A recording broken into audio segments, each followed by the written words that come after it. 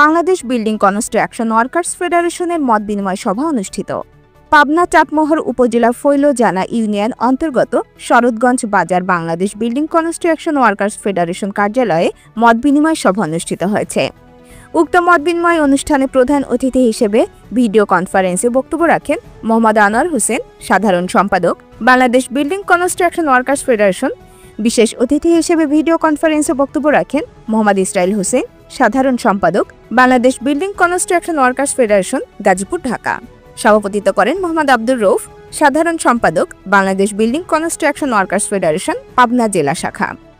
সঞ্চালনায় ছিলেন মোহাম্মদ জয়নাল আবেদিন, সাংগঠনিক সম্পাদক, Bangladesh building construction workers federation, Pabna জেলা শাখা। আরও উপস্থিত ছিলেন বাংলাদেশ বিল্ডিং কনস্ট্রাকশন ওয়ার্কার্স ফেডারেশনের দায়িত্বশীল সদস্যবৃন্দ। বক্তারা বলেন, শ্রমিকদের অধিকার আদায়ের জন্য যা যা করণীয় আমরা করে যাচ্ছি। শ্রমিকদের ঘাম শুকানোর আগে ন্যায্য পাওনা বুঝিয়ে দিতে হবে এবং শ্রমিকদের সুখে দুঃখে থাকার জন্য সবাইকে একত্রিত হয়ে কাজ করার আহ্বান জানান। পাবনা থেকে মোহাম্মদ আলাউদ্দিন আলীর পাঠানো প্রতিবেদনে নিউজ ডেস্ক।